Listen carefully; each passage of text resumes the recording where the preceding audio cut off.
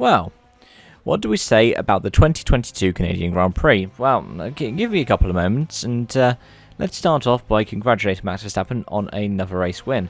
That is his, sixth of the season? And it means that with Sergio Perez not scoring and Charles Leclerc getting 5th place, he is running away with the championship. Is it early enough to say congratulations on a second consecutive world title? I don't know. All I know is Carlos Sainz did largely what was asked of him today. Brought the car home in 2nd place. Challenged Verstappen near the end due to the safety car restart. And was kind enough to make sure there were no lap cars between himself and Max at the start of that safety car window. Though that said, all lap cars were left through in the end. But let's just talk about who ended up being behind. It was a Mercedes 3 and 4 yet again. This time it was Lewis Hamilton getting one up on George Russell, and that's, the second time this season where that's been the case?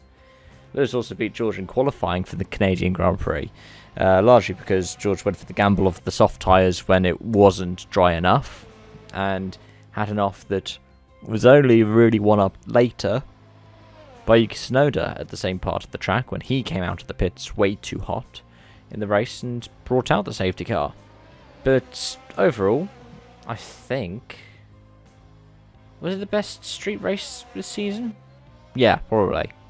In terms of, actual street races, and actually, yeah, because, it's only that and Albert Park for me, the more traditional street races so far, that have produced excellent action. Sure, there have been storylines elsewhere, but never really the kind of action that you could see on any other kind of purpose-built track. But we had Silverstone next. We need to see what those cars are like there. But I think the big narrative is Mercedes managed to get 3 and 4. And George had to cut through a lot of the pack to get there. Sure, Lewis overtook Fernando Alonso. That was largely off of strategy, as well as being able to be in the right place at the right time and make the most of it, being, a 7-time champion of the world and all that. But George Russell managed to prove that he is still a force to be reckoned with. I say still. Man's halfway, not even halfway through his first season as a Mercedes driver, and he is 4th in the championship and continuing his run of top 5 finishes season long. But yeah, I can't really think of much else to say in that kind of battle. Alonso did really well in qualifying, and part of it was making me think, you know what, I might be starting to be a bit wrong about the Alonso overrated, Alonso should have never come back thing. Then he gets a 5-second penalty after the race for aggressive weaving, which, all the time you have to leave it to space and all that.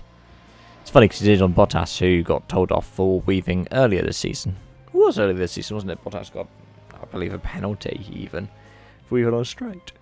But yeah, Alonso got that for doing that to Bottas. Finished down in 9th as a result. And Ocon beat him again.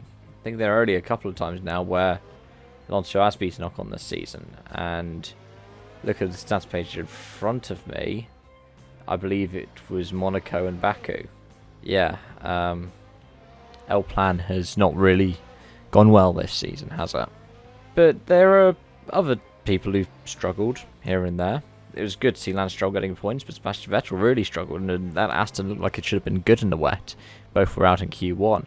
Mick Schumacher, unfortunate with the retirement there, could have gotten his first points in F1 again, but denied. And Sergio Perez, we don't even know what caused the DNF, as far as I'm aware. But crashing in qualifying, it's his biggest mistake of the season so far. And then that power unit failure, for me, I think it's just made Red Bull's job a lot easier, between allowing Perez to race, but also making sure nobody is murdered by Jos Verstappen. But anyways, as always, let me know your thoughts in the comment section down below. Thank you so much for watching. I hope to see you guys again soon. Bye for now.